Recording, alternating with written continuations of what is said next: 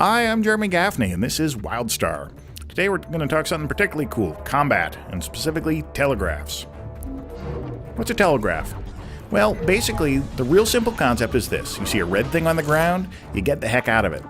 And these red things come in all shapes and sizes, because we want you to react to them in different ways, sometimes by dodging in and out of them, by interrupting the spell that's going to happen, or they incent you to maybe attack something from behind or to have a different pattern of movement while you're fighting. Like if you're a melee guy, you gotta back off from this guy or interrupt the attack.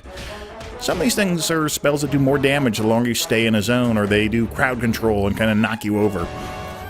The effects are all sorts of different things, from modifying the battlefield with poison gas, or causing big spike traps to come at unless you run directly at a monster. Or they're just crazy and random, and they're causing you to have a different pattern in each fight, because we don't want you getting too used to things, This monster burrows underground, and then it seeks you and pops up and damages an area, or monsters will knock you back into more and more damage.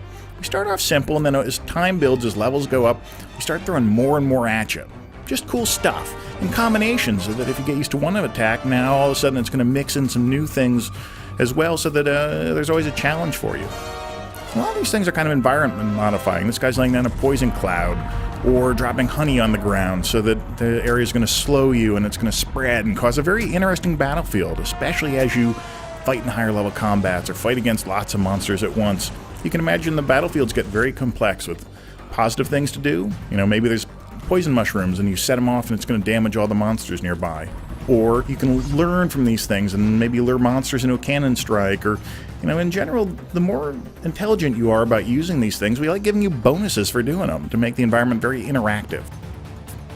This makes it so that not just monsters are interesting to fight, and they get lots and lots of cool powers over time.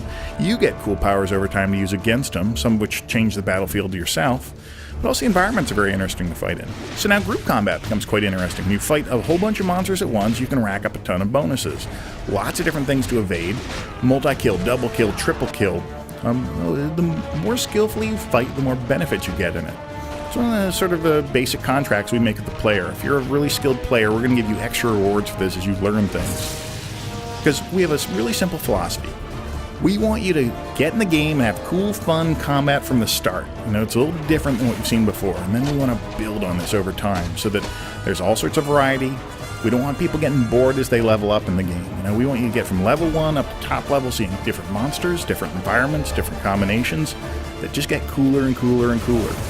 We want to pay off this combat in PvP so that PvP becomes very interesting as you see all the different player attacks and player telegraphs going off. We want group combat to be really cool, so you're in a raid, and now all of a sudden you've got different combinations of your attacks and how your friendlies are lining up, how the enemies are lining up, to make for cool combat start to finish.